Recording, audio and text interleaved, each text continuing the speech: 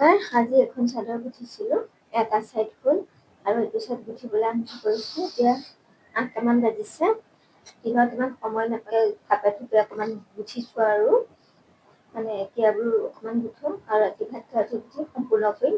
ভিডিঅ'টো কাইলৈ ৰাতিপুৱা আপলোড কৰিম আৰু বেছ। ভাত পানী খাই কৰি লৈ পেলাই অকণমান আছে আৰু এইকণো গুঠি কমপ্লিট কৰি শুম আৰু আজি। অকণমান দেখাই দিছোঁ, এইকণ আছে, এইকণৰ পৰা এইকণ আছে,